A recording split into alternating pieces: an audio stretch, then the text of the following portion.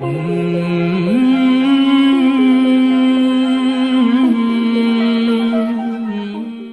Power کے ساتھ اس درخت کو جب ہلایا ہے تو درخت سے بہت سارا کھجور، بہت سارا گیہوں، بہت سارا چاول اس نمودار ہوا، گرا، ڈھیر لگ گیا درخت کے نیچے سامان کا، ساتھ میں ایک ہڈی بھی گری،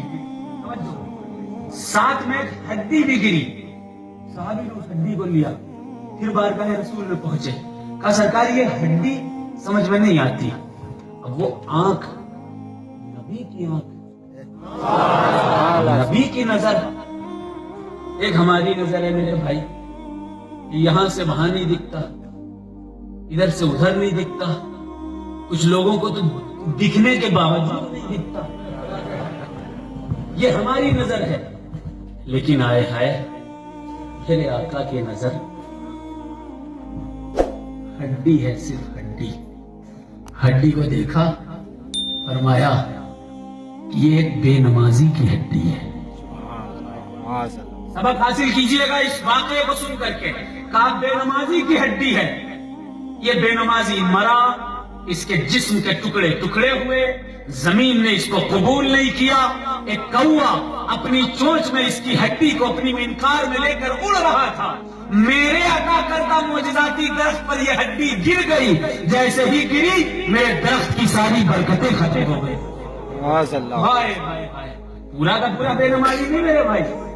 پورا بے نمازی نہیں، بے نمازی کے جسم کی ایک معمولی سی ہڈی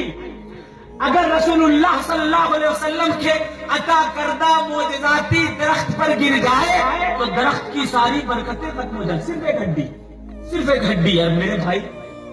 جس گاؤں میں، جس محلے میں، جس شہر میں، جس نگر میں پورے کے پورے بے نمازی موجود ہیں تو وہاں برکتیں کیسے آئیں گی؟ معمولی ہڈی نے یہ کام کر دیا ایک بے نمازی، اور مکمل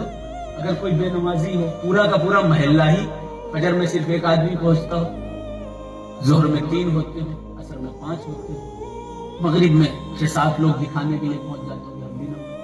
کیونکہ ریا کا دور ہے، دکھاوے کا دور ہے، جسے دیکھو اپنے آپ کو دکھانے پر طلوع ہے، سب فیمس کرنا چاہتے ہیں اپنے آپ کو، لیکن نہیں، ریا کے سے اگر آپ نماز پڑھتے ہو، نماز قابل قبول نہیں ہے، خدا کی محبت میں پڑھو، محبت خدا میں پڑھو۔ عرض یہ کر رہا تھا کہ غربت ایسی تھی کہ 7 دن تک کچھ کھانے پر ایک کپڑا جو 2 لوگ پہنتے ہیں، آج سینکڑوں کپڑے ایک آدمی کے پاس ہے، بڑا فرق ہو گیا۔ لیکن میرے بھائی مہمانوں کی قدر پہلے تھی، لیکن اتنی بھی نہیں تھی، تو میرا آقا آیا، بولے یار سبحان اللہ، جب میرا رسول آیا، میرا نبی آیا، مالک و مختار آیا، رحمت للعالمین آیا، تو آقا نے فرمایا کہ اگر کوئی مسافر دکھے